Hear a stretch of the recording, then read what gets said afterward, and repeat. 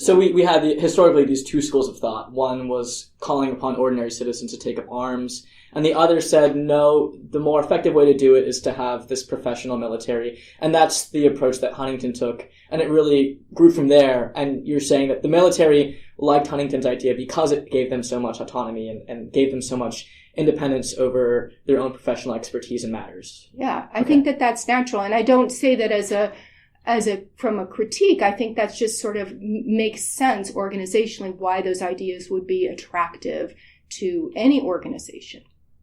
Turning to your article, I'm curious what inspired you to write this piece. Why is now the time to reevaluate Huntington's theory?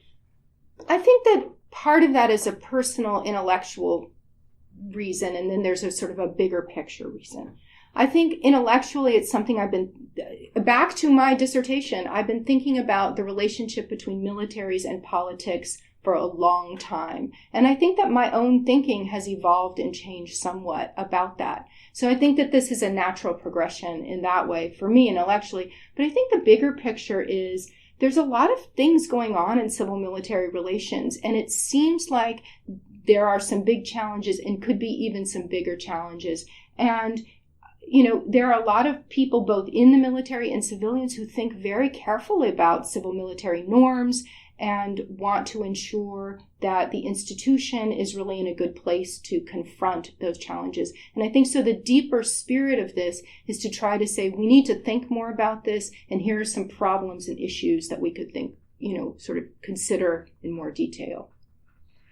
So in your article, you talk about these three paradoxes of Huntingtonian military professionalism. The first paradox is that Huntingtonian professionalism prevents while enabling political activity by the military. What do you mean by that? Great. So recall that Huntington argued that the military, his conception of apolitical professionalism would allow the military to focus on its sort of tactical, technical expertise and keep it out of politics and policy decisions. And I think certainly Huntington supports civilian authority. And it really sort of embraces or reinforces the idea that military professionals should stay out of decisions about the use of force and really step back in those moments. So I think it guarantees authority over politics, but I think it undermines creates tensions and has inherent problems in how it encourages political behavior in more subtle ways. And so let me just sort of talk about some of those. And I go through a bunch of those in the article, but I'll just focus on a couple of those problems right here today. First is, I think that Huntington's argument encourages what we might think of as blind spots in officers who are beholden to those norms. And part of the reason is that he has this very reflexive association of professionalism with being apolitical. So if you are professional, you are by definition apolitical. And it's sort of axiomatic.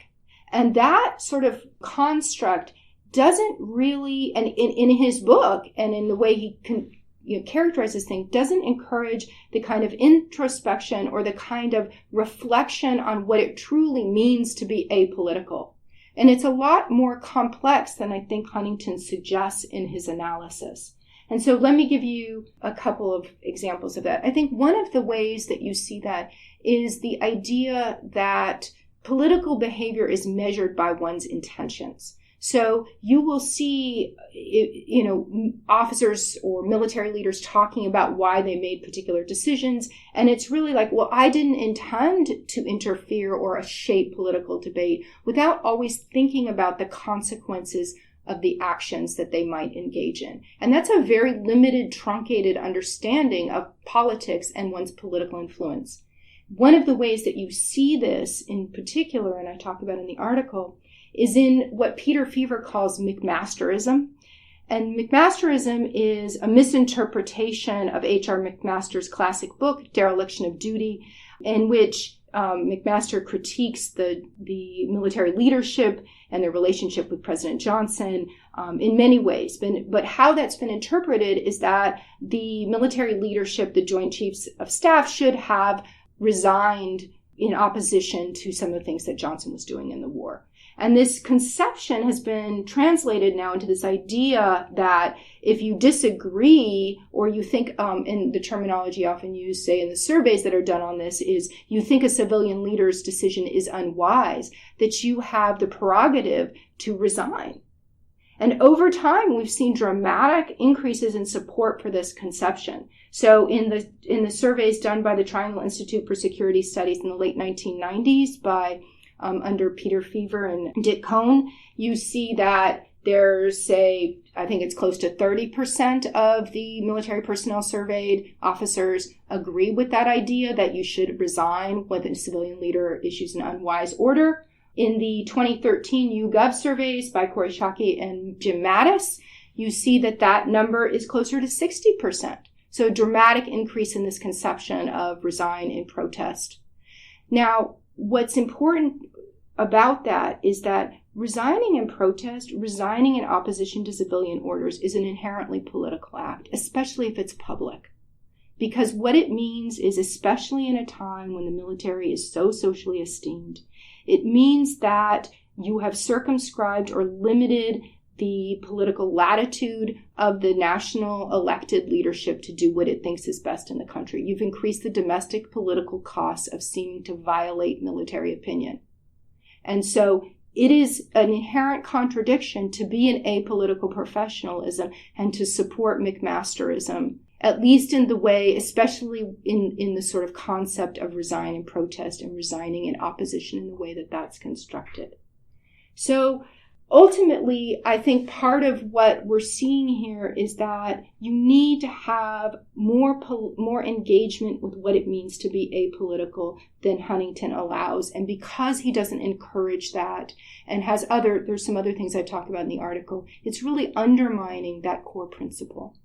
So in Huntington's model, by saying, I'm a military officer, I'm apolitical, full stop, you never really think about how your actions might actually have consequences for political actors, how it might affect and constrain their decisions or their preferences. And the example you give with resignation of officers is, well, by resigning, I'm not intending to make a political statement. Exactly. But the fact of the matter is, it does have political consequences. Yes, and certainly there are many military officers and military leaders who do think carefully about these things. I don't want to suggest that. I'm talking in general. I'm talking about, what does sort of Huntington encourage and allow? And in order to really sustain an apolitical military, you need to have officers reflecting and thinking about what that means on a regular basis. We'll be right back. Chicago, the Windy City, the city of broad shoulders, the second city, is complicated. Known for its legacies of segregation and political corruption, Chicago has a lot to grapple with. On Chicagoland, we bring you conversations with activists, journalists, politicians, and others who are working to address these issues. You can find Chicagoland wherever you listen to podcasts. From University of Chicago Public Policy Podcasts, this is Chicagoland. So talking about this paradox of preventing and enabling political activity, we've been talking about it sort of in the abstract. What are some ways that vulnerability or that weakness in Huntington's argument is playing out currently? Great. So I think there are a couple of things that we would want to point to and basically framed in the way of why does this matter? Why does this matter today? And I think there's some good reasons to think it really does. And the first one is there's evidence that the apolitical norm isn't working completely, even the nonpartisanship piece of that apolitical norm. And one can look at some really excellent survey research that Heidi Urban has done to sort of substantiate this. In her 2009 dissertation research, so more than 10 years ago now, but these are telling, and I wonder what we would find today. But what she found in her survey of 4,000 active duty U.S. Army officers is that while many did support and say things consistent with Huntington's sort of apolitical argument, that there were a large segment that sort of said things really at odds with it. I think what she found was that I'll just quote her directly. "The fact that a quarter of respondents feel it is appropriate for active duty military to publicly criticize elected officials, and a third feel there should be no limits on their public political expression is startling." I think that is startling, and that suggests that Huntington's norms and the way that they're being informing military professionalism today is not adequate to forestall political behavior, not partisan behavior, partisan attitudes. The second sort of thing I want to point to as to why it matters today is that I think, there's been lots of controversies under President Donald Trump's conduct toward the U.S. military and sort of some discussion of erosion of civil military norms. And in particular, things like him making partisan speeches or using military resources in a way that supports his partisan political agenda, things like that. I think that that's important because I think that we could be in for a long haul change in norms of civilian behavior toward the military. And I think there's a couple of reasons. So this isn't just a sort of temporary diversion from business as usual. And there needs to be some long-term thinking about how to sustain and keep the military out of politics in the future under potentially different presidents even. And part of the reason is that the military is such a socially esteemed institution. The incentive structure to try to cultivate it or parts of its officer corps as a political constituency are intense. And now you've already seen some of those norms breaking down. And there's other ways you can observe that in all different areas of political life today. And so it's time to be thinking beyond Huntington and getting prepared for those challenges in the future. So the second paradox that you identify in your argument is that Huntington promotes civilian authority, but then also inadvertently kind of undermines civilian control of the military. And I think most students of Huntington would obviously see how he encourages and promotes civilian control. But how, in your argument, does the theory actually undermine civilian control? Great. So I think that, as you just said, Thomas, the most obvious way is that Huntington supports civilian control is it really does, the norms really support this sort of deference to civilian authority. And I think that's unquestioned, that that's present. Military folks follow orders and you don't see open defiance of civilian authority, thankfully. But I think, and that's the definition of civilian control that a lot of people adopt, not just in the U.S., but comparatively around the world, sort of adherence to civilian authority. But I want us to sort of step back and think a little bit more broadly about what civilian control might mean. And I'll just sort of propose a different or more expansive way of thinking about that. So civilian control also means that the military acts and employs force in a way that supports and promotes civilian policy preferences and international objectives. So civilian control means that the way that civil-military relations are structured and what the military leadership does helps it achieve its political objectives, because those civilians are elected by the American people and they are accountable to them. So they're the objectives that Americans have chosen. So Huntington's norms are contradictory to this more broad understanding of civilian control in a couple of ways. And first is because of that transactional advisory process that I spoke about a few minutes ago. And you can look at the scholarship of people like Mara Karlin, Jim Golby, Janine Davidson, who argue that that model is really antithetical to what civilians need and are looking for from military leaders. That they are looking for a much more inductive process in which military means are considered in coordination with possible political objectives. I think I would sort of frame it as civilians want a theory of how force might or might not be used to help them accomplish alternative political goals.